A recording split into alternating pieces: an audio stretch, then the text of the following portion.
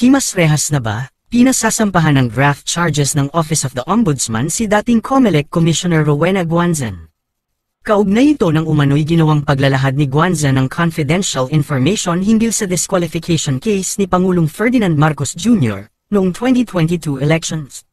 Sa isang resolusyon na may petsang ika-25 ng Hulyo taong 2023, iniutos ng Ombudsman ang pagsasampa ng 2 bilang ng paglabag sa Anti-Graft and Corrupt Practices Act, na pabor sa mga reklamong inihain ni Citizens Crime Watch Chairman Ferdinand Topacio at President Diego Magpantay.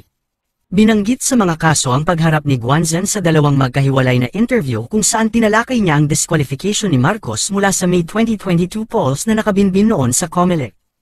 Sinabi ng Ombudsman na si Guanzon, na siyang presiding officer ng COMELEC's First Division na humahawak sa mga disqualification petition laban kay Marcos noong panahong yun, noong ika-27 ng Enero taong 2022, ay isiniwalat sa isang panayam sa GMA News na siya ay bumoto para idiskwalipika si Marcos sa halalan.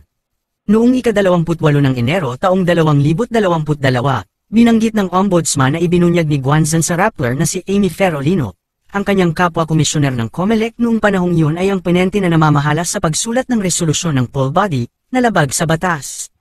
Bilang tugon, nilinaw ni Guanzon sa social media na hindi siya nagnakaw sa gobyerno at idinagdag na bahagi ng kanyang tungkulin ang kanyang mga aksyon na magbunyag ng impormasyon tungkol kay Marcos. Hindi po ako nagnakaw sa gobyerno. That case filed by Topacio is related to my interviews about the F. Marcos disqualification case, saad ni Guanzon. Tungkulin kong ipaalam sa publiko na may mga makapangyarihang tao na nakikialam sa COMELEC at kalayaan at ang halalan ay nasa malubhang panganib, dagdag niya. Pag-usapan natin ngayon ang kaso na isinampa rin ng gobyerno laban kay former COMELEC Commissioner Rowena Guanzon. Kahapon ata ito inilabas sa media, so halos sabay lang kami. Kasi nagsasalita rin itong si attorney na lang tawag ko, attorney Rowena Guanzon, laban dito sa administrasyon. Okay. Ito, may nabasa kong post niya sa social media na sabi niya yung polvoron video, kung meron man, ibigay sa kanya at siya ang mag-a-upload.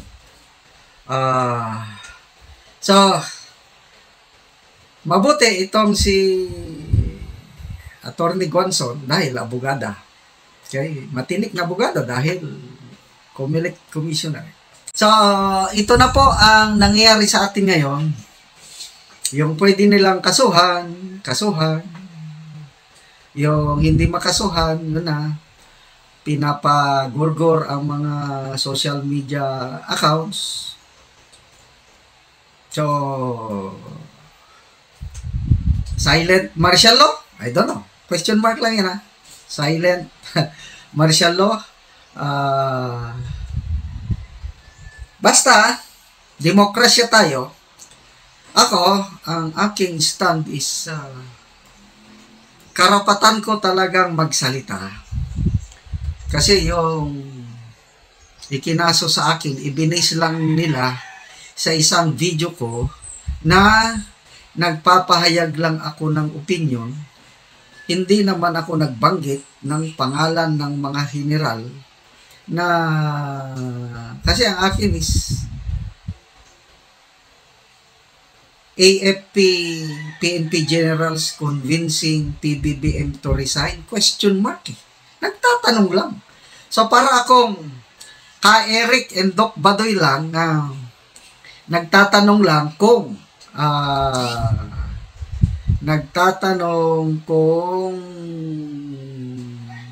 totoo ba yung 1.8 billion na travel expenses. Ayun, nakulong sila. Mabuti na lang at may mga PMAers na nagmanifesto kaya nakalabas.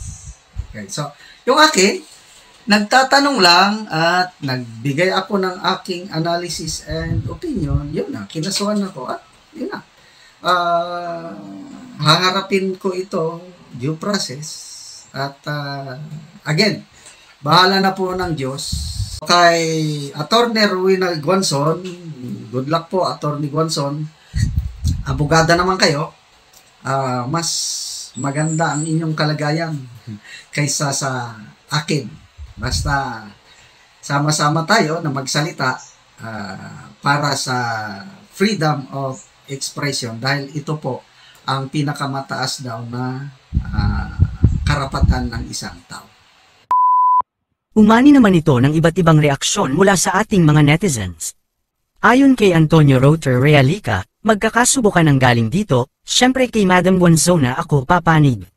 Pahayag naman ni Poseng Tadal Acerda, buti nga sa kanya, putak ng putak noon, ngayon dumating na ang karma.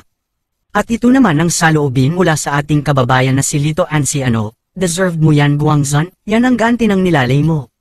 Mga kababayan, feel free to comment below para maglabas ng saloobin sa balitang ito.